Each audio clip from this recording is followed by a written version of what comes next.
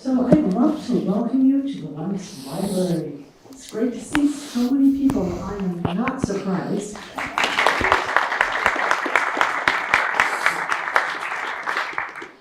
My name is Amy LaFave. I'm the local history librarian here at the Lenox Library, and I am also a Lenox native, as well as our author today, John Gennari. He's the professor of English and Critical Race and Ethnic Studies at the University of Vermont.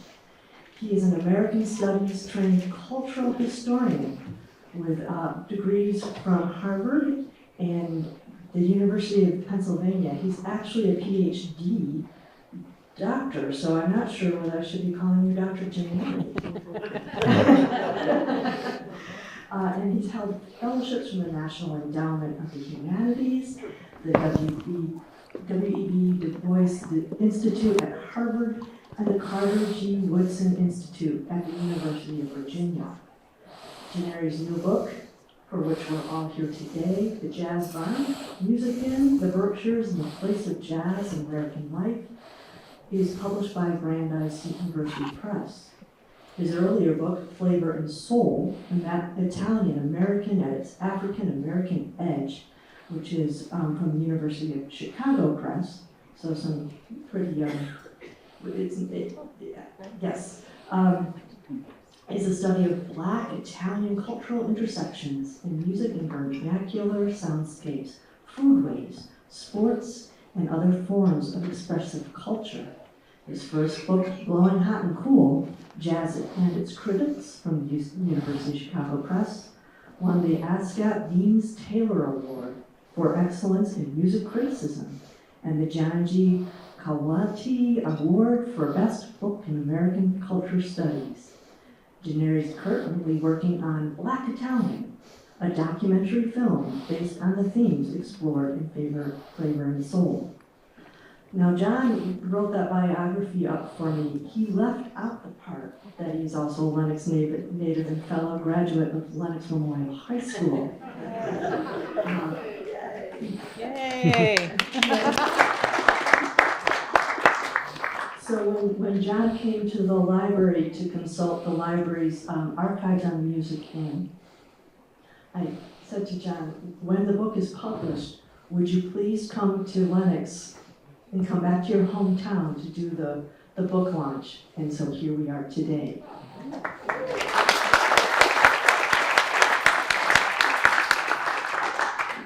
Now after the talk is over, I invite you to make sure you take a look in the Wells Gallery.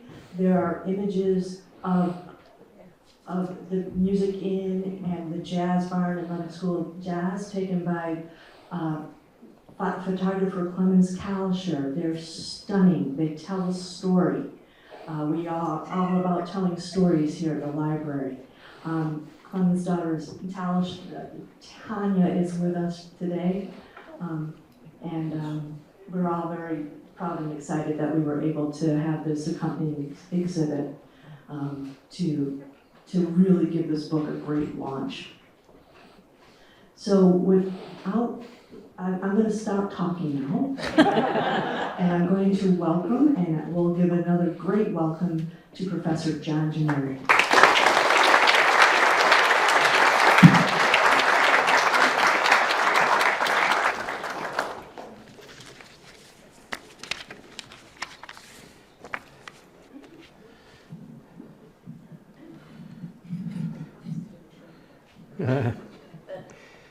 Okay. How am I for volume? Good? Thank you so much, Amy. Such an honor and a pleasure to do the core research for this book in a space upstairs that Amy occupies. She's just a consummate librarian and an expert in Lenox history, folklore, and, well, let's just call it the underground secret history of this town.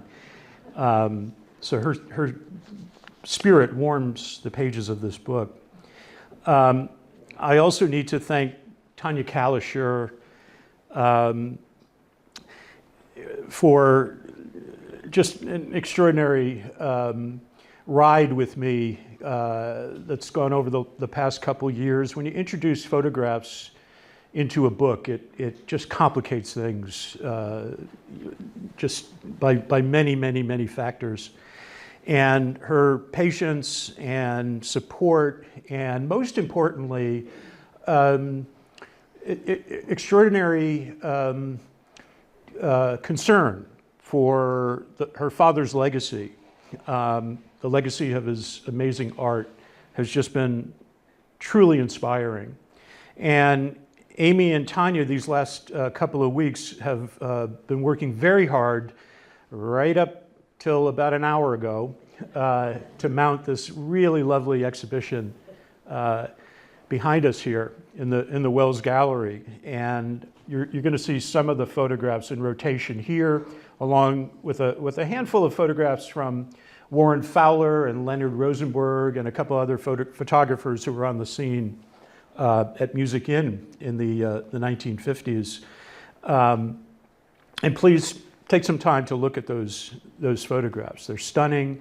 The imagery and the kind of austerity of the room, I think, perfectly captures Clemens Kalischer's aesthetic and kind of compositional finesse. George Schuler, I need to thank. George is the gentleman with the fashionable hat, one of his signatures. George Schuler is a world-class jazz drummer and jazz historian, and he knows more about Music Inn in the 1950s than anyone alive. And this partly has to do with his family background. He is the son of Gunther Schuler, who is one of the great eminences of 20th century American music, and one of the people who was foundational to the the Lenox School of Jazz. He later held positions directing the Music Center at Tanglewood and the presidency of the New England Conservatory of Music, a wonderful and prolific composer and writer, and an altogether luminous figure in American history. Kate Coulihan is somewhere. There she is.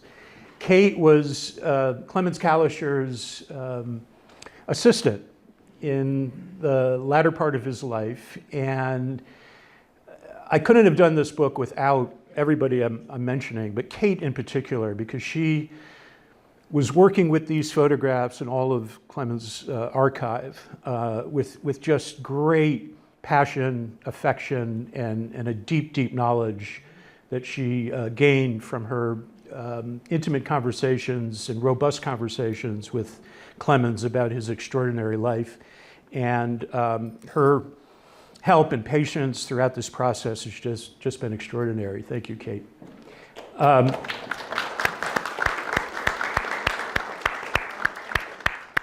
Another Lenox Memorial High School graduate. My sister, Joan Gennari Tyre, per usual, is going to feed us. I'll say no more. I can't see her right now because, oh, there she is. That's my daughter, Julia Gennari, who I've tasked with being the official photographer today. Julia has a twin sister, Isabella. They're college sophomores now. I really got back to this book. This book has a long backstory, but I got back to it in earnest when they were high school freshmen. And I got it done when they were college freshmen. And in between, so many afternoons when I was tinkering with my sentences, which I do quite a bit of, I would be interrupted by a text or a scream from upstairs, "What's for dinner?" And it was the right question. It always is. Thank you, Julia. Thanks to Lenox Bookstore, Matt Tannenbaum, and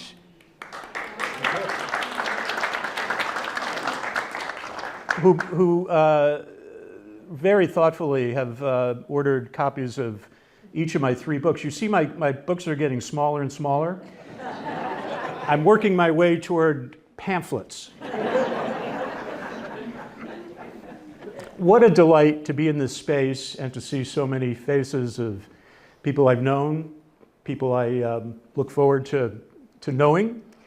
I must tell you that the launch event for Flavor and Soul, which was in Philadelphia, one person showed up at a bookstore on the campus of the University of Pennsylvania, and we just hung out and we talked, and she had a copy of the book. She had gotten it in the library, so I ended up buying her a copy of my book. There's not a lot of money in this kind of work. So, as you see, images are rotating up here, a PowerPoint presentation, which is a challenging proposition for me. I think it was Lord Acton who said, power corrupts, PowerPoint corrupts absolutely. And if this is working correctly, these will rotate. They're not rotating?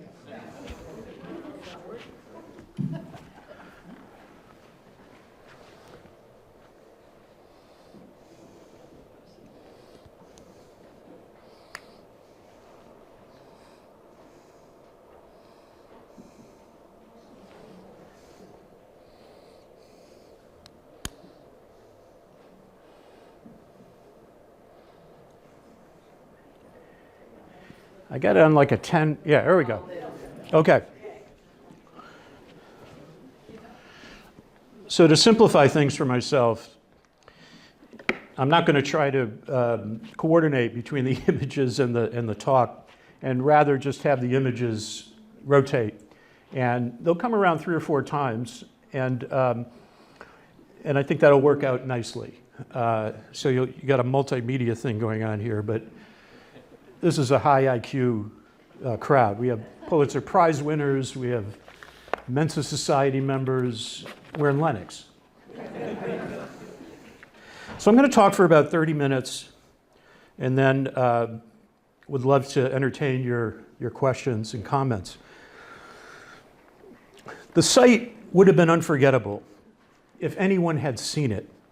2 frail, middle-aged Jewish women and a young, strapping 6'7" black man traipsing through the Lenox woods under darkness of night.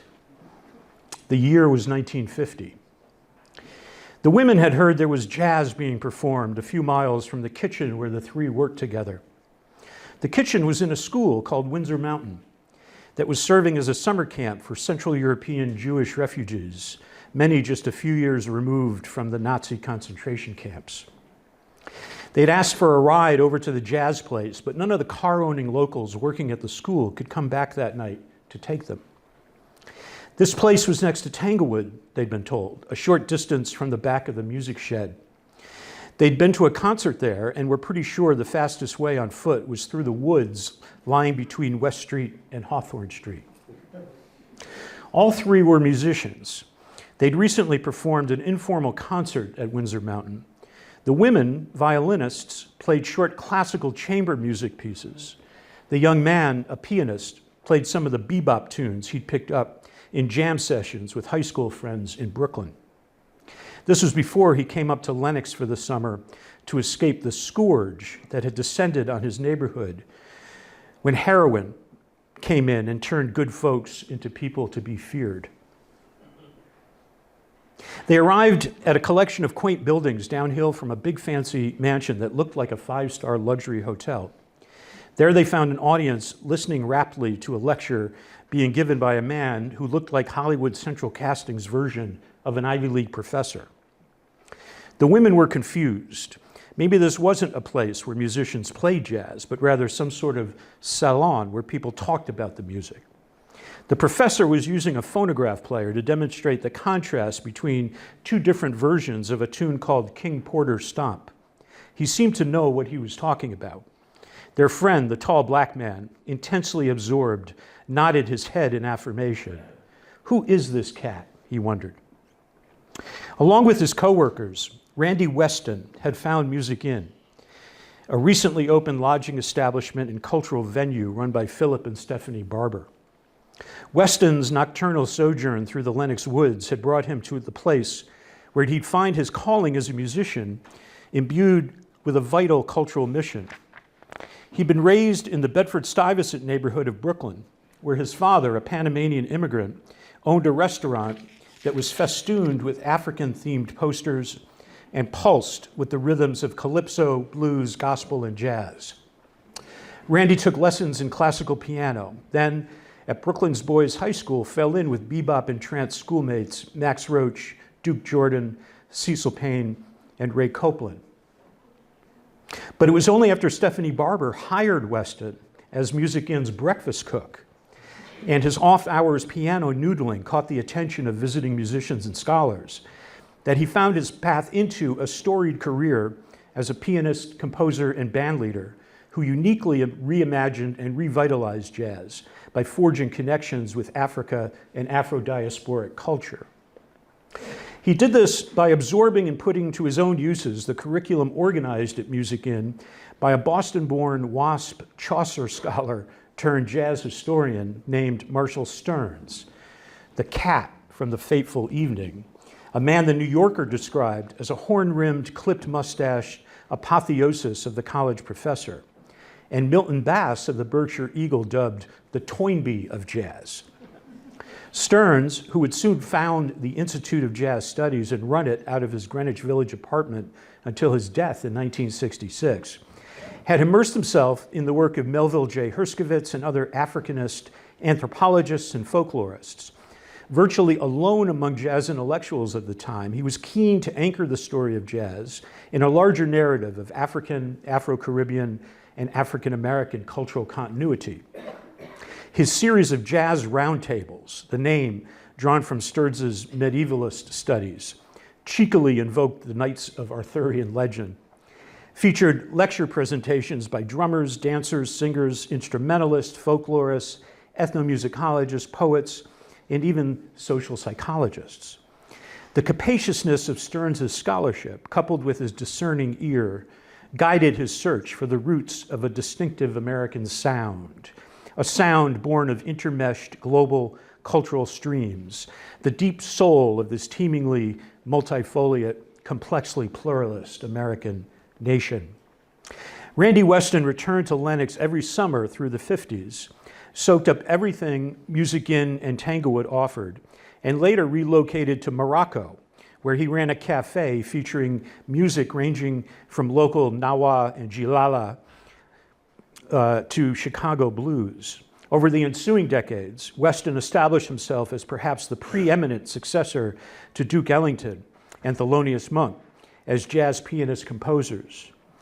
With compositions like Berkshire Blues, African Village, Bedford-Stuyvesant, and Roots of the Nile, Weston executed a bold remapping of jazz, a sonic triangulation of Brooklyn, Marrakesh, and Lenox. Randy Weston's story is one thread of a tapestry I weave in The Jazz Barn, a book that sets mid-20th century jazz against the backdrop of the Afro-Caribbean diaspora, Jewish emigre culture, McCarthyism, the civil rights movement, and Cold War American middle-class cultural tourism. It's a story about race, culture, and place, of the cosmopolitan city meeting the traditional New England small town, of the high and popular arts in robust dialogue, of the formal and casual entangling each other, of an inchoate but bracingly promising experiment in historic cross-racial cultural synthesis.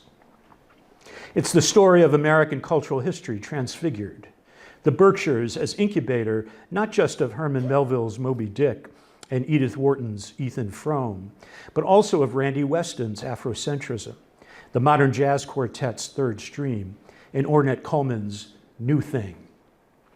In 1950, Stephanie and Philip Barber purchased the outbuildings and 100-odd acres of Wheatley, a Gilded Age estate on the border between Lenox and Stockbridge.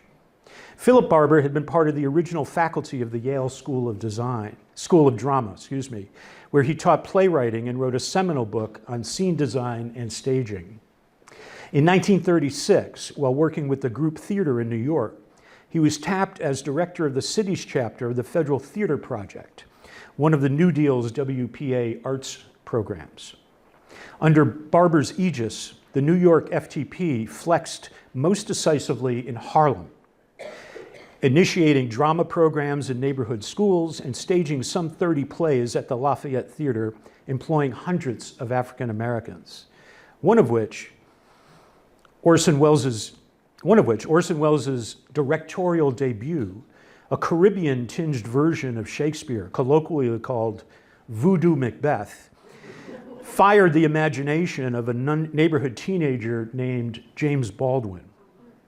This ethos of racial inclusivity, combined with the leftist tilt of many FTP productions, caught the attention of Congressman Martin Dees, chairman of the newly formed House Un-American Activities Committee, asserting that, I'm quoting, "racial equality forms a vital part of the communist dictatorship," unquote. HUAC killed the FTP by cutting off its funding, a foreshadowing of darker days to come during the post-war Red Scare. Philip Barber went on to start a public relations firm where one of his employees, a young fashion journalist named Stephanie Fry, took charge of the firm's account with the Parisian couture house headed by Christian Dior, and crafted the stateside marketing campaign for Dior's post-war New Look clothing line. Stephanie, soon Philip's wife, was an eked New York City girl full of sparkle and grit, a woman about town with her own flair for style, a natural diva given to inventive sartorial concepts that later included extravagant custom-made hats. The Associated Press announced her move to the Berkshires with the headline, "Sophisticate abandons New York to be a cowgirl." Prodded by the publicity-savvy couple, the press continued throughout the 50s to foreground the city-country theme in their coverage of the Barbers. When you meet a city girl who looks like she belongs strictly in a stork club atmosphere, look out, Philip quipped to a reporter. She may have you milking cows before you know what's happening. Philip Barber was keen to create something new and vital in the American arts, something that paralleled his earlier work at the Federal Theater Project. He loved music as much as theater. He saw the two as inseparable, and cherished his voluminous collection of classical, jazz, and folk recordings. Encouraged by Langston Hughes, Alan Lomax, Marshall Stearns, and other friends from the worlds of literature and the arts, the Barbers decided to make their inn a center for the study and performance of American vernacular music. Later, from 1957 to 1960, Music Inn became home to the Lenox School of Jazz, a first-of-its-kind venture headed by modern jazz quartet pianist and composer John Lewis, and featuring a faculty of the MJQ, Dizzy Gillespie, Oscar Peterson, Max Roach, Kenny Durham, George Russell, Bill Evans, Jimmy Giuffre, Gunther Schuller, and other jazz luminaries. Just to name those people gives you a sense of, if you know jazz history, a sense of the singularity of this moment. Music Inn also programmed folk music and became a refuge for blacklisted performers. Woody Guthrie, Pete Seeger, Brownie McGee, Sonny Terry, Josh White, folklorist Alan Lomax, and others. In a more general sense, the Inn met a broad public desire for the natural, the authentic, a concept that became sanctified in the post-war period, when suburbanization, prefabricated houses, automobile culture, processed food, plastics, and the like seemed to foretell an increasingly synthetic future. Everything about Music Inn, its pastoral surroundings and rustic wood and stone buildings, its intimate social relations and do-it-yourself artisanal vibe, its concerts held in a barn, aligned it with a folk ethic of simplicity, honesty, and face-to-face human encounter. Leonard Bernstein came, plucked Arabian love songs on guitar for his newlywed, actress Felicia Montealegre, sat in on the jazz roundtables, and chatted up the panelists during cocktail hour. The soon-to-be famous gospel matriarch Mahalia Jackson came from the south side of Chicago, sang magnificently, and argued with some of the country's leading music scholars about her technique. Painter Jacob Lawrence came and executed a watercolor sketch of the music barn for the Barber's art collection. Pugilist Archie Moore came from nearby North Adams, where he was training for an upcoming fight with Rocky Marciano, sat in on double bass, and held his own on a medium-tempo blues. Nigerian drummer Babatunde Olatunji came and jammed with Italian-American jazz reedman Tony Scott. Pianist Mary Lou Williams came and played an impromptu set of stunning duets in the Inn's front lounge with singer Anita O'Day, who later jammed with a student trombonist and one of the Inn's restaurant cooks sporting a chef's toque while blowing muted trumpet. The Modern Jazz Quartet came 6 summers in a row to fine-tune their sound, record LPs, and head up the jazz school's faculty. Ornette Coleman and Don Cherry came as students and blew people's minds. My central organizing theme in the Jazz Barn is place. The locations where jazz is played and listened to, the physical spaces in which sound resonates from instruments and voices and enters the bodies of listeners, indelibly shape the contours of the music, what the music communicates and what feelings and memories become associated with it. What did it mean for vocalists Mahalia Jackson, Anita O'Day, and Billie Holiday to sing from the stage of an indoor-outdoor concert venue fashioned from a former hay barn? For fellow musicians to listen to those singers in that setting? For Dizzy Gillespie to conduct jazz harmony classes on the lawn outside of that barn? For Jimmy Giuffre, a swing band veteran then crafting a new style of chamber jazz, to jam with his student Ornette Coleman, herald of the free jazz avant-garde, in a makeshift nightclub remodeled from what had previously been a greenhouse. For Berkshire locals and out-of-town visitors to see and hear Louis Armstrong, Duke Ellington, Thelonious Monk, Ella Fitzgerald, and Dave Brubeck, after driving backcountry roads, leaving their cars in a makeshift grass parking lot and walking a tree-lined path up to the concert site. Simply to ask these questions is to intensify our thinking about music as an affective, physiological, holistic experience. If hearing is a major component of our sense of emplacement in the world, musicologist Andrew Barish reasons, then music must also contribute to a sense of place, a feeling in the listener of being meaningfully located. In this sense, music sensuously produces place, and place, physical location combined with the psychologically potent meanings imaginatively attached to it, produces music. The sounds, feelings, and meanings generated at Music Inn in the 50s cannot be fully grasped without recognizing that American places and spaces are deeply, foundationally racialized. At the conceptual level, race is a notoriously slippery notion that resists clear definition. But at the empirical level, on the ground as it were, race is simply the way a society organizes itself spatially. Jim Crow segregation was a system of control over place and movement, a regime that regulated where people could live and where and how they could travel, a system that is designed to keep people in their place. Jazz musicians were heroic figures in the Black community, not just for their music, but for their mobility, their adventurous and wide-ranging travel, sometimes glorious, as when they were treated as artistic royalty in global capitals, but more often exhausting and dangerous, as when they acted as proto-freedom riders, living hand to mouth while touring the American South. Music Inn was a paragon of 1950s Northern liberal integrationism. But this was a time when the Berkshires, a hotbed of abolitionism a century earlier, was far from exempt from deeply ingrained patterns of segregation.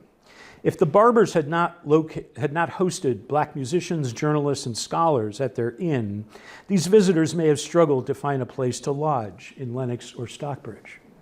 And lodging wasn't the only issue. For white people, the experience of traveling to and from Lenox through picturesque New England and Hudson Valley villages and farmland could feel like connecting to the nation's hallowed Jeffersonian vision of yeoman farmers, small-town democracy, and civic virtue.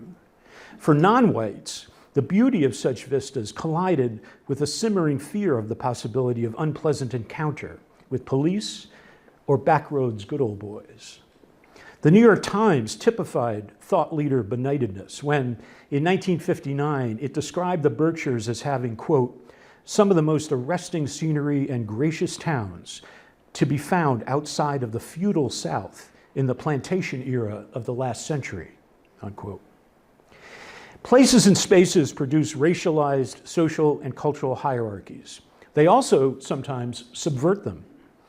The triumphal tale of Randy Weston's journey from a corrupted urban milieu to an idyllic pastoral one, from a place socially coded as black underclass to a place socially coded as old moneyed and white upper middle class, falsifies the complexities of those locations and too easily plays into age-old ideas about social respectability and cultural value. And I go to some length in the Jazz Barn to unpack the noxious assumptions anchoring those ideas. Owing to such ideas, certainly, the very fact that Lenox and its surrounding Berkshire environs had no indigenous connection to the multiracial urban vernacular cultures that spawned and nourished jazz, that instead it was associated with Beethoven, modern dance and theater, and art museums, facilitated jazz's quest for prestige and middle-class normalcy, its transformation into a symbol of tasteful living. When press coverage conflated Music Inn with Tanglewood, as it often did, even in New England, with newspaper headlines like Tanglewood gets Jazz Barn and long hair boogie woogie to mingle in Bay State, the resulting spatial construct contributed mightily to jazz's fund of cultural capital, its quest for, in the parlance of the time, legitimacy. But Music Inn also scrambled place-based hierarchies of cultural worth, as when Tanglewood-affiliated composers Henry Cowell and Harold Farberman capitalized on the artistic treasure they found down the road a piece from the Kusavitsky Music Shed. The former, Cowell, with a symphony influenced by Afro-Caribbean music he'd heard as an invited jazz roundtable panelist. The latter, Farberman, with a percussion suite he wrote expressly to feature Max Roach as a soloist. Music Inn resonated with the sound and social vibrations of Black redefinition and interracial negotiation, not all of it easy or fully satisfying. And the memory of this compels a revisioning of the Berkshires as a place of outsized significance in the national imagination. There's no gainsaying the importance of the standard narrative. Jonathan Edwards centers the New England Puritan mission in Stockbridge, a project to save the souls of the local Mohicans while expropriating their land. Sheffield farmers launched Shays' Rebellion to complete the American Revolution.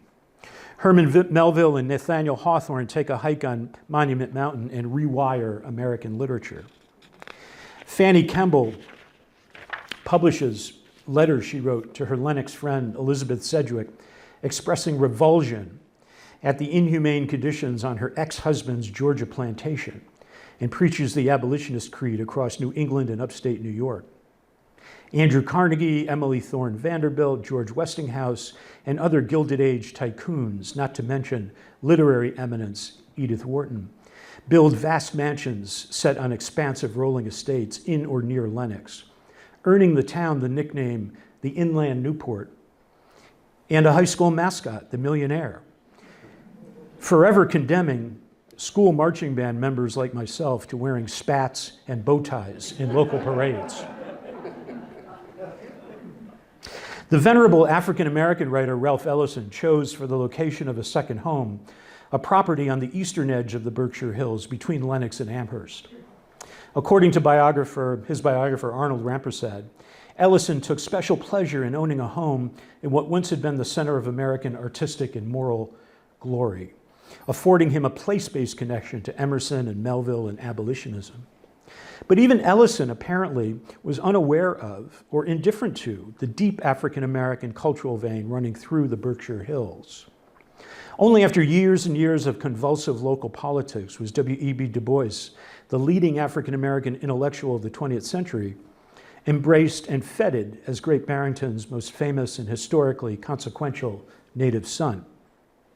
Other prominent African-American cultural figures were deeply connected to the Berkshires. There's James Vanderzee, the preeminent photographer of Harlem life from the 1920s to the 1970s, born and raised in Lenox.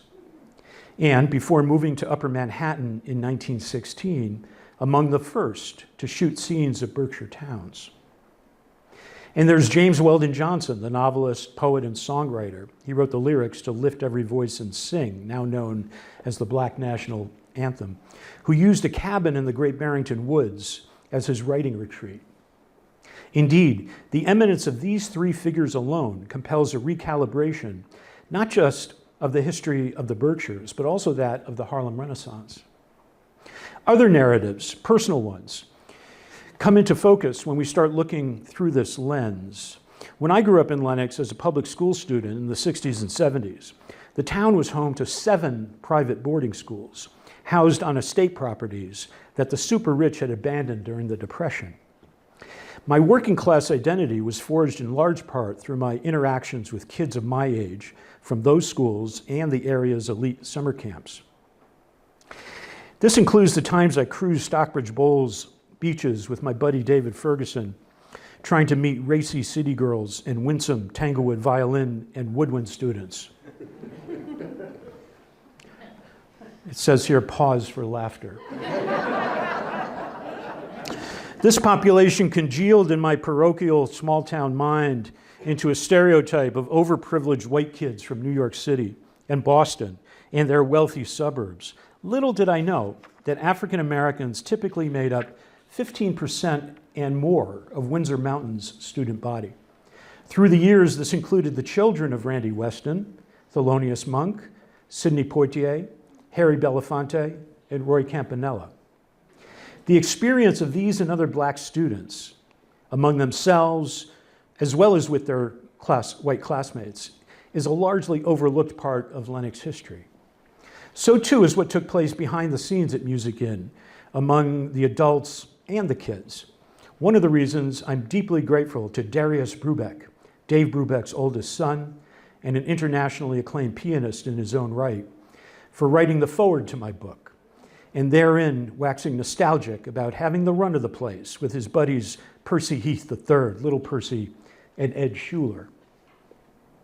If you think about the history of jazz, historian Robin Kelly muses, jazz has always struggled for a place. Music Inn was a unique and very important jazz place. It helped engender other jazz places. These include university music departments and conservatories where former Lenox School of Jazz faculty and students later taught. Among them, Max Roach at UMass, David Baker at Indiana University, Rand Blake, George Russell, and Jimmy Giuffre at the New England Conservatory under Gunther Schuler's aegis, as well as jazz-specific institutions such as various Smithsonian programs, Jazz at Lincoln Center, and Harlem's Jazzmobile, first helmed in the early 60s by Billy Taylor, whose trajectory as a jazz educator started with his important contributions to several mid-1950s Music Inn jazz roundtables. If I believe, we're getting close here, if I believe Music Inn deserves special attention, it's not just because of this illustrious and impactful legacy. It's because of Randy Weston's nighttime walk through the Lenox Woods. It's because of what Rand Blake told me about the transformative effect of his studies with Spelman College folklorist Lawrence Willis James, who brings students to the banks of the Housatonic. He liked the acoustics, to demonstrate black folk songs he'd collected in Georgia and Alabama, an experience Blake later memorialized in his arresting tune, Field Cry. It's because at a time when the project of racial integration largely meant convincing white people merely to tolerate the presence of black people, white jazz musicians at Music Inn witnessed and absorbed black excellence and black leadership and embraced them as crucial resources for bettering themselves, such that years later, trombonist Bob Brookmeyer's strongest memory of his time as a School of Jazz faculty member was, quote, the sense of pride and honor I had being around the modern jazz quartet, whose individual members I secretly lionized, not only for their music, but for the way they carried themselves, the way they talked and dressed and reacted to the world. It's because jazz critic Martin Williams's letter from Lenox, Massachusetts, published in the Jazz Review in fall 1959, set the stage for the Ornette Coleman Quartet's legendary engagement at the Five Spot in Lower Manhattan. It's because Coleman, that August at Music Inn, sang Bach chorales with fellow students, and did so while evidently reading from a music score, something his detractors, including initially Bob Brookmeyer, said he didn't know how to do. It's because of the 5 canonical jazz albums released in 1959 and 1960. Coleman's The Shape of Jazz to Come, John Coltrane's Giant Steps, Charles Mingus's Dave Brubeck's Time Out, and Miles Davis's Kind of Blue. Only Giant Steps did not have a direct, indispensable connection to Music Inn. All the others did. And it's because while the MJQ, Max Roach, and others were crafting new models of cool, elegant black masculinity, the ineffable Stephanie Barber, who ran the inn and executed the music bookings while her husband spent most weekdays tending to his Manhattan PR firm, was pushing against 1950s gender and racial norms by spearheading a notoriously difficult enterprise and doing it in alliance with John Lewis, one of the most urbane and cosmopolitan of those black men, which is to say, doing it against the deepest grain of sanctioned American social practice. A final reason for my insistence on the significance of Music Inn in the 50s is that it was so well photographed, enabling us all these years later to visualize it as a dynamic cultural space. All but a handful of the photographs in the Jazz Barn were shot by Clemens Kalischer, a truly remarkable man and artist. The full story of Kalischer's life remains to be told. In this book, I briefly trace the contours of his journey as a Jewish refugee from Nazi Germany and survivor of labor camps in Vichy, France, an autodidact and restless go-getter who, after a brief association with the Photo League at the New School, became a freelancer whose work appeared in major magazines and museums to great acclaim. A residency at Black Mountain College in Tennessee in 1948, at the invitation of MoMA photography curator Beaumont Newhall, introduced Kalischer to an invigorating conversation about the character and purpose of the post-war American arts. While traveling there, he witnessed Jim Crow segregation and easily recognized that system's kinship with German fascism. Arriving at Music Inn, keenly attuned to America's bright promise, as well as its nagging complexities, he discovered an interracial group of musicians, dancers, writers, and scholars investigating and honoring a music the Nazis had vilified as a degenerate black and Jewish creation, polluting the great tradition of Bach, Beethoven, Brahms, Wagner, and Strauss. In his very presence at Music Inn, in the history he embodied, and in the deep humanism and bracing clarity of his art, Kalischer illuminated the special beauty born of men and women of diverse heritage and station, testing their shared belief in the redemptive possibilities of suffering, the voracious hunger for freedom fueled by social and material constraint, the lyricism we call the blues, the lyricism of mournfulness inevitably ceding to exaltation, sorrow irrevocably intertwined with joy.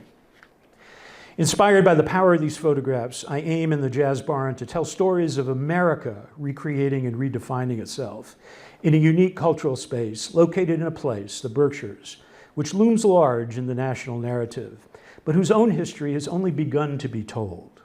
A teeming multiracial history made in sound, sight, movement, and feeling, not just etched in its literature and enacted on its stages, but resonant in the echoes of its backwoods roads and riverbanks, the smell and touch of its lawns and meadows, the majesty of its buildings, not just the grand and famous ones, but the functional ones, like a hay barn and carriage house, the workaday vitality of its kitchens, and in all the other spaces of everyday life that vibrate with the fullness of experience and memory.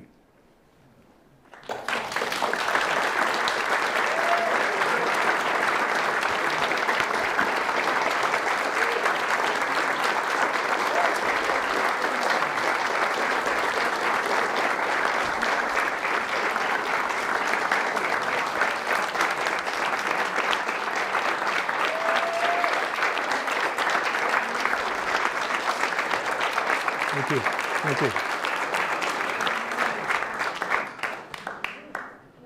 Thanks for your patience. Questions, comments? Sure, the answer is in your book, which I'm going to get, but what happened? Why don't we have that thriving scene today? Well, there are people here who played a significant role in what happened after the Barbers sold the inn in 1961? 1960. New ownership in the 60s and a move toward folk music. Dylan, Joan Baez, a young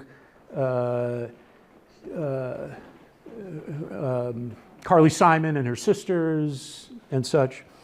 And then in the 70s, under the ownership of David Rothstein, one of the great impresarios of Berkshire culture, recreation, and culinary culture, there's David, it became an epicenter, a really important location for rock music, blues, reggae, etc. That's the music inn I was familiar with in the mid-70s. It's where I first got high. It was a contact high, a concept that eluded my mother. But David brought... If you were there, you wouldn't remember. Yeah. If you remember, you weren't there. Yeah. David brought some of these characters, Dave Brubeck, Charles Mingus, others, but Bob Marley, the band, a young Bruce Springsteen, the Kinks, the Allman Brothers, on and on. David, tell us all a bit about your... Soviero in the 60s. Don Soviero. Anybody remember Don Soviero? Yeah, I do. The Potting Shed became a very high-end Italian restaurant. This is Soviero's cookbook. Yeah. And David's been tending to the memory of Music Inn, really the whole history, in a lot of ways. When did the Barbers sell? 1960? Why? Why? You know, they bought Wheatley.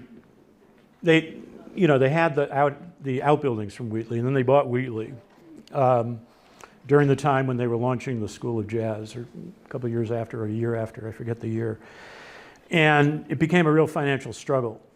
And part of the story here is how the national jazz community, in particular, some key jazz critics that I write about in my earlier book, Blowin' Hot and Cool, Jazz and Its Critics, available from fine booksellers everywhere.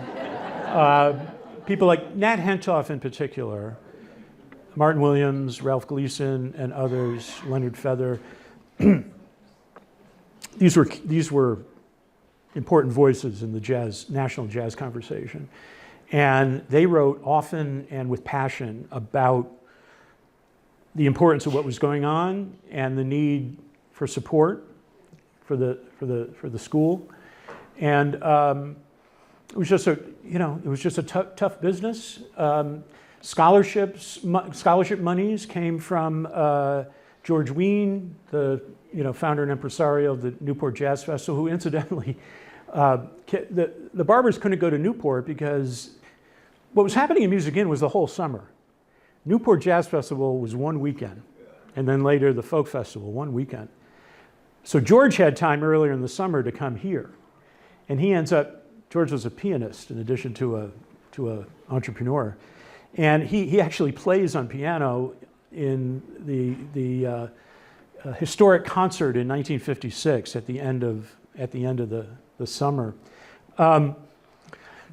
Dizzy Gillespie, Atlantic Records, and others put up scholarship money to help students like Ornette Coleman and Don Cherry in the summer of '59, even though they were pretty well established in their careers. Atlantic Records was they were in Los Angeles. Atlantic Records was trying to get them to New York, to get them to, they had, made contact and worked this out. But part of that shift across the country was enabled by the scholarship money that Atlantic Records put up. Atlantic Records was a big part of the scene. They were up here recording LPs throughout the period. George knows the sonic history and has been collecting it, and there were others recording lots of stuff that was going on. Yeah. It sort of begs the question, you have the Newport Jazz Festival. Yeah. Why wasn't, with all this talent here, why wasn't something established here, like some kind of festival that became big and important and vibrant and self-sustaining? Yeah. Well, it would have taken. Can you repeat the question? I said, why didn't, I was saying, with all the talent that was here, yes, the Newport Jazz Festival, but with all the talent that was here and being developed here, why wasn't there someone that would come in, like an impresario coming in and say, Yeah. let's do something here and make it self-sustaining? And clearly, people were coming here to perform. Yeah. No, it would have taken somebody with a lot of resources and vision. I mean, the economics of jazz have always been really, really, really straightened. There are just a handful of people who make big money, because they become stars and even celebrities sometime. And then everybody else is on the hustle. And the people whose names I invoke here, they had already become famous, but they weren't wealthy, and they were giving up bookings in the summertime to come here to provide their services. So there's a kind of, we think now of jazz as the great American art form, America's indigenous art form. It, years later became supported by big cultural institutions, but even in its the period of the 50s and early 60s, which was just creatively one of the great periods in jazz. It was still a small community with a very tight economy, yeah. But it could have been glorious, yeah. Wow, hands all over the place. George, you want to add anything to that? I think you may know more about this than I do. Well, I think, there was a sort of trajectory, especially in the last 4 years, from 57 to 60, culminating in 1959, when Ornette Coleman and Don Cherry were there, because there was so much attention to them being there from New York and all over the country. By 1960, recruiting students for the School of Jazz was kind of getting to be a problem, including the scholarships that they were trying to get. Michael Backway of Avalon also contributed mightily so that they could have one more summer Right. in 1960. By 1961, they were planning to have the School of Jazz, even with the new owners, the Servieros, but they fell short. Also, recruiting wasn't as good as they wanted it to be, because a lot of people felt like, well, we don't need to learn jazz, we just need to go out there and play and learn from, the folks playing in New York or whatever. Yeah. It was a real problem. And so I think they saw the writing on the wall. And also, John Lewis and the Modern Jazz Quartet got busy. All those jazz musicians that you mentioned that were teaching there, they started getting other gigs with all the festivals that were starting to multiply. Yeah. And so that was coming up through 59 and 60. So to have this summer-long series of concerts became a problem. And, in that sense, it was sort of a victim of its own success. Exactly. Yeah. And it was way ahead of its time in terms of a jazz camp. Yeah. It was not, you could call it a school, but it was just 3 weeks. Right. It was like a crash course.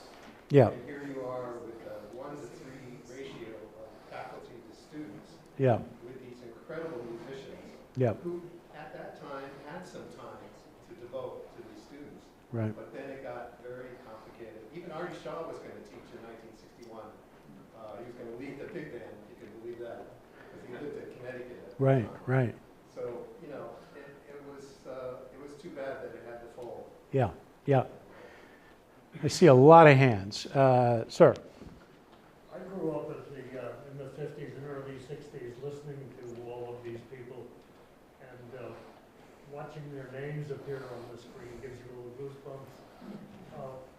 But one photograph struck me of one person, and that was Mahalia Jackson, Yeah. who in her later days we know was a fabulous gospel singer.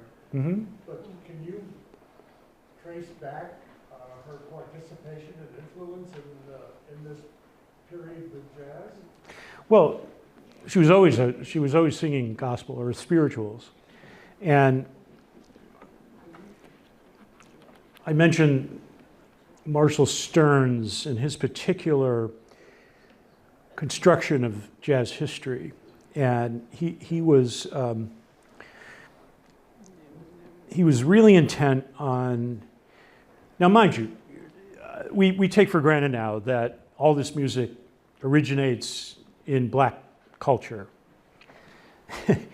That was not taken for granted for a long time. It took did I mention the critics I write about in Blowing Hot and Cool?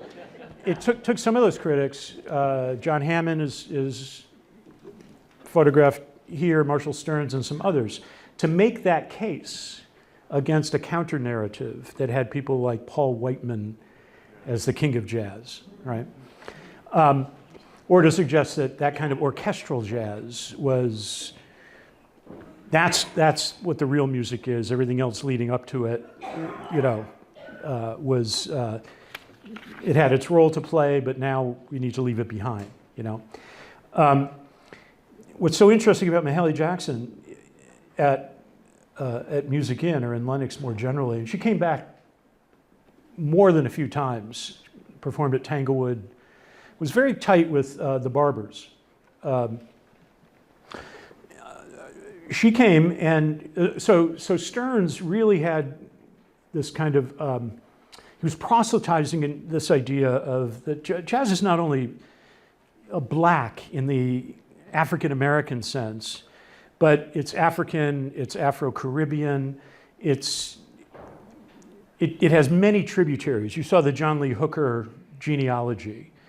And he was very interested in making this argument about the blues as a kind of spine that runs down this, you know, this whole history, culminating what he calls the mainstream. And that was a term for mainstream jazz entering the mainstream in the post-war period. And then he writes a book based on a lot of the work that he was doing here called The Story of Jazz, published in 1954. And it's a curious book because it takes about 170 pages or so to get into what we might consider subsequently the music we call jazz. And so he was looking at antecedents, and he was also looking at contemporary musics that had that fell into genres other than quote unquote jazz. But he wanted to suggest there was a kind of matrix here. And so he brings Mahalia Jackson, they bring Mahalia Jackson, and he and the others are really, in the roundtables after her performances, really pushing this idea that we need to understand gospel in connection to the blues and jazz. And she just said, no, this is spiritual music. It's religious music. And in a certain sense, she was kind of channeling older ideas about, you know, jazz and blues as the devil's music, but not in a strong way, not in a way, you know, that led to an urge to kind of censor and cancel the music. But she just thought she was doing a different thing. And she started getting a lot of work. She goes from Lenox to like Carnegie Hall to the Ed Sullivan Show.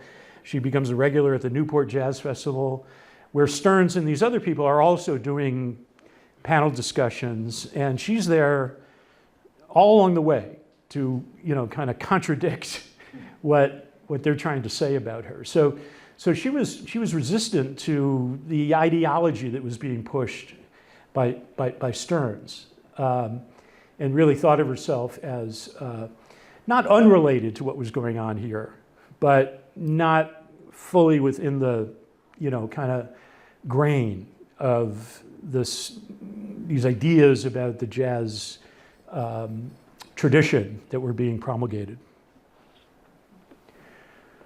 There were a lot of hands before. Now you're getting, yeah, sir.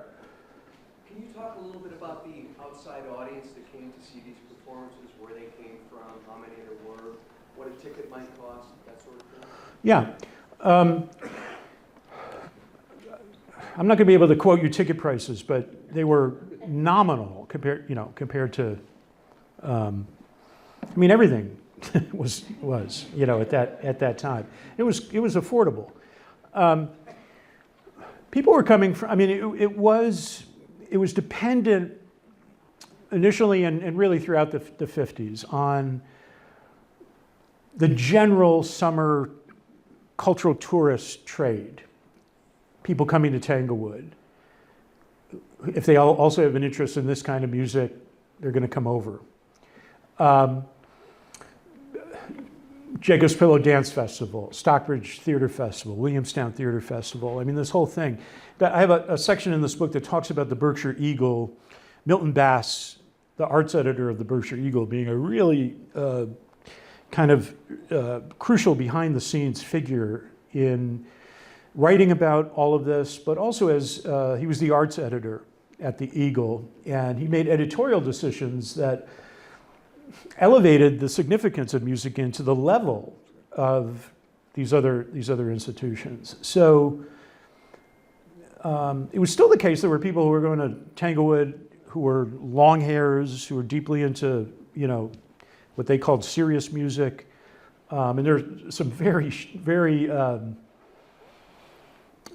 sharp rebukes of what was happening at Music Inn by some mandarins of the classical music establishment. Like, they're taking jazz seriously just down the road from Tanglewood, But if you look at some of these pictures, there's the audiences, they look, from our point of view, kind of formal in dress and such.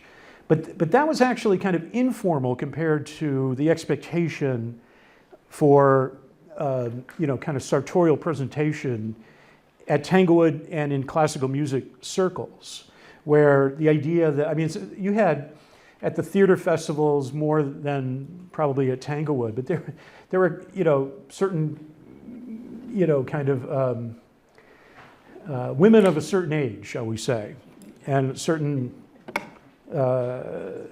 level of capital, who would buy multiple seats so that, God forbid, their legs would brush up against somebody next to them. But those divisions were this is the thing about it. Music Inn and Tanglewood were constructed in multiple ways, like the relationship between them. There were arguments about, this is the same family of music. Then there were arguments that, no, these are two distinct musical, traditions vying with each other. The cultural discourse about jazz in the 50s is trying to figure out what its place was. I'm using the word place in terms of topography, but place within the cultural field. That was kind of up for grabs in the 50s. But, there were people who were deeply into the music who came. A lot of musicians came, whether they were performing or not. The African American and white liberal intelligentsia and cultural journalists and so on and so forth, but they were packing up to 1,200, 1,300 people at the concerts for like Ellington and Count Basie and such. It was an indoor-outdoor kind of setup that with seats on the courtyard coming out it started with, you know, I don't know, 500, and then they saw they could sell a lot more tickets. Interesting event very well known is, or written about and talked about, is a kind of quote unquote riot that took place at Newport in 1960 on the part of high school and college students who came and were just drinking a lot and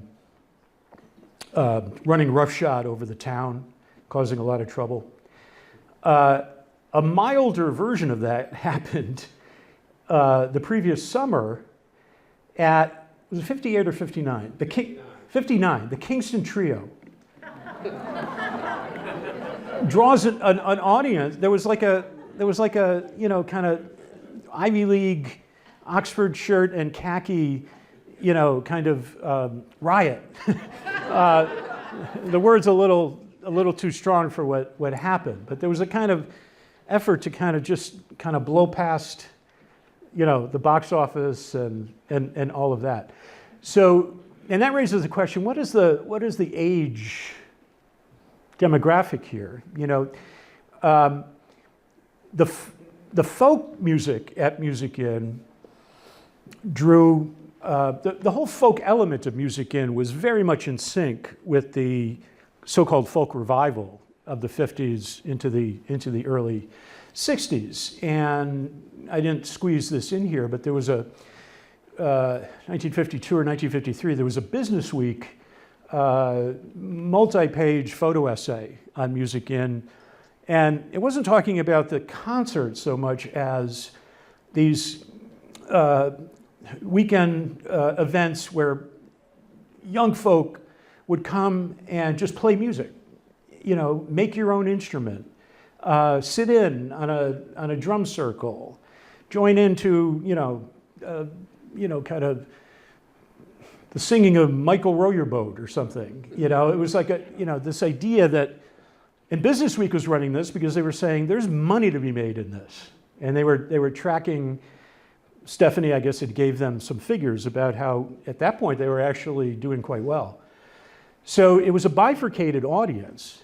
And jazz, of course, was losing market share to rock and roll, right? It wasn't the teenage music, dance-oriented, pleasure-centered music that it had been in the swing era or the 1920s, and the modernist, you know, inflection of the music. And let us stipulate that Music Inn was absolutely crucial to the third stream and avant-gardist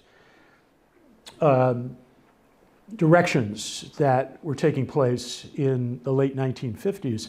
And these were not popular in the same way that, you know, Ellington and Basie, or even the Max Roach Quintet from, you know, the mid 1950s.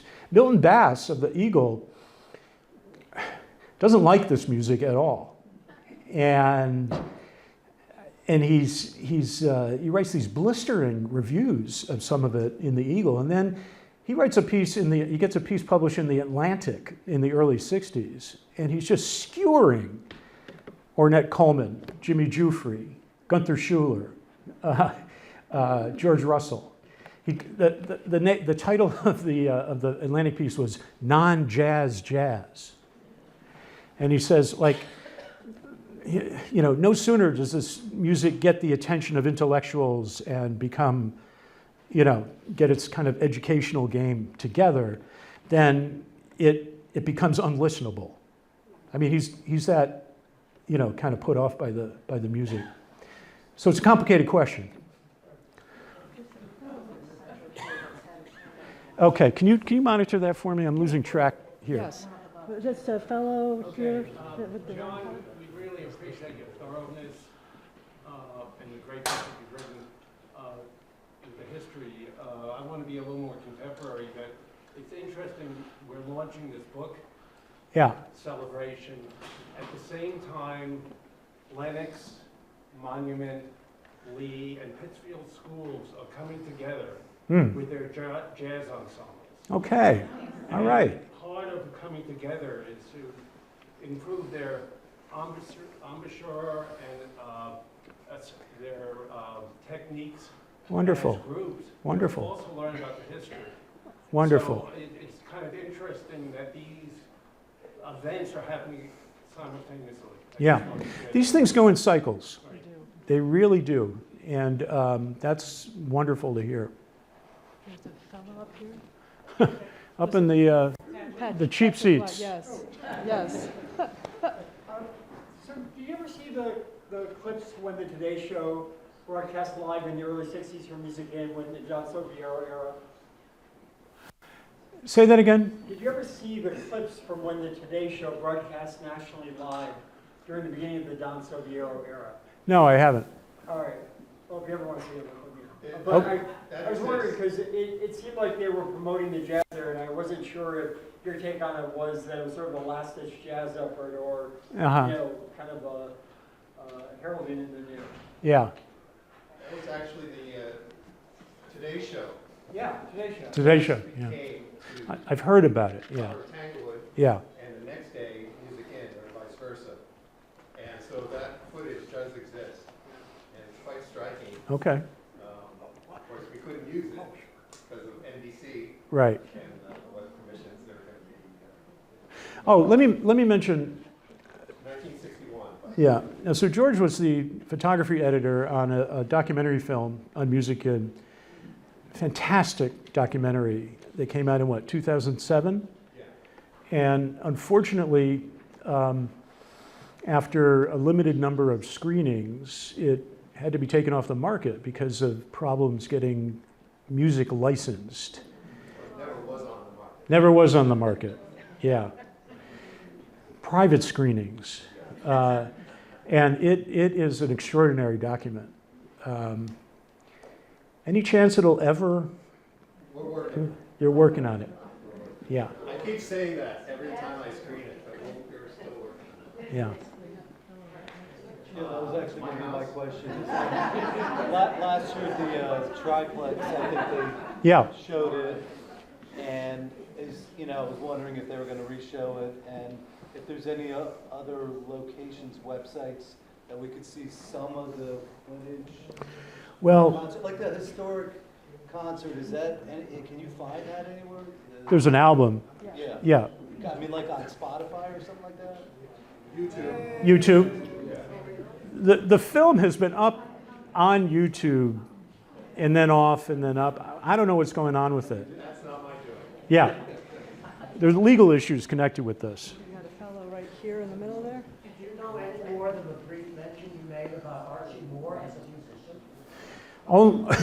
Only that, North Adams was a place where boxers came to train. I don't know what the gym was, but he wasn't the only one who spent some time there. And I don't know where the fight was, but it was, it was a championship fight. Yeah, he lost to Rocky Marciano in 9 rounds. And This is a test. Yeah. but he took time out from training to come here and play bass, which kind of Yeah. part of the expression Yeah. knocked me out. It's one of the great moments in the film. Yeah. He was good friends with Lucky Thompson and Oscar Pettiford, Yeah. and that's why he appears in these photos from his Calishers. Yeah. Yeah. I mean, we now think of, part of the legitimizing kind of mission of all of this was to treat jazz as, high art, serious art. And it is, it was, etc. But that doesn't mean that the musicians are not still part of a sporting life kind of world that includes athletes, boxers, hustlers, etc., etc. You want to just take one more question? One or two. Okay. Sir, and then here. Then, okay. Yeah. Hi. So I was a roommate in graduate school with John, and I grew up far away from here, and he taught me about the Berkshires, garlic, and jazz. I didn't know anything about any of them. But when we were in graduate school, John, being able to be a jazz historian was not something that was a certain path for John. who was going to be a Or anybody, difficult road or for anybody. Yeah. to be a jazz historian. And he had two commitments, or three commitments, I'd say. The history of jazz, racial injustice, and writing beautifully. Hmm. And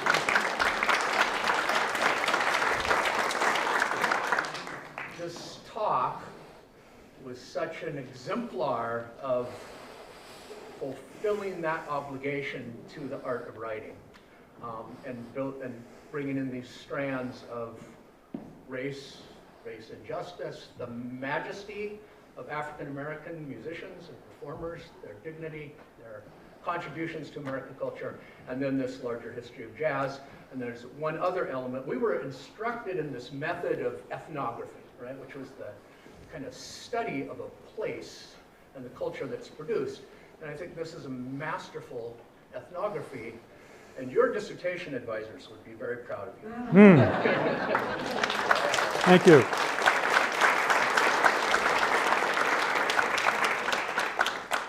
Checks in the mail.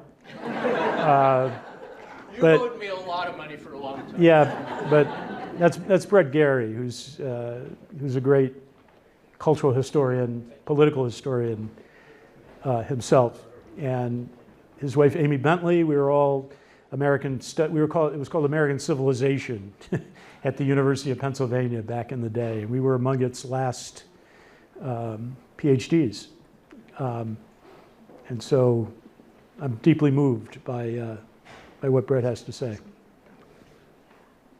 In the 1990s, Randy Weston came here for the National Music Foundation, and I got to spend hours with him. Yeah. He spoke a lot about Avalon. Oh, sure. He must have had a lot of activity from this as well. Yeah. Did you go to the event? It was a Stephanie Barber tribute. At the National Music Foundation? Yeah. Oh, yeah. Well, then you saw me as Master of Ceremonies, which was actually really important to moving this project along, because I got to spend time talking to Randy and Dave Brubeck and Percy Heath and some others who were there that weekend. But I saw Randy Weston at Avaloq in the 70s. I also saw Stephanie Barber singing at Avaloq before, and then I worked there later when it became the Apple Tree Inn. So I have a long history with that space, tending bar, work in the kitchen, et cetera, et cetera. And so I just have a lot of feeling attached to all of that. Yeah, obviously he did too, because he talked about it a lot. Yeah, now he loved coming back, came back quite often. When he wrote his autobiography, co-wrote his autobiography with a distinguished African-American jazz critic, he insisted with his co-writer that they come up to Lenox and that he see this place. And he took him around and showed him. This was late in Randy's life. I mean, this was published 2013, 2014, something like that. One more. One more? That's up to you. You know, there's food, there's visual culture, there's discussion to continue after this. There's a book. Oh, there's a book that you can buy and have signed. Yes. Ma'am. Are you a musician? And is there some wonderful story about how and when you fell in love with jazz? Or did you find your goal or something? Yeah, I play drums, mostly in my basement.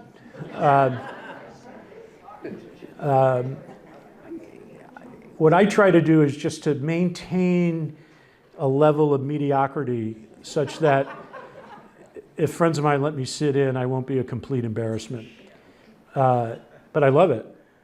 I grew up playing rock and soul and funk and school band kind of stuff. I didn't get into jazz until college. Jazz radio was really, really important to that. And I caught the bug, you know, and then I'm shopping in used record stores, thumbing through LPs, reading the liner notes, talking with the aging hipster who runs the record store. Yeah.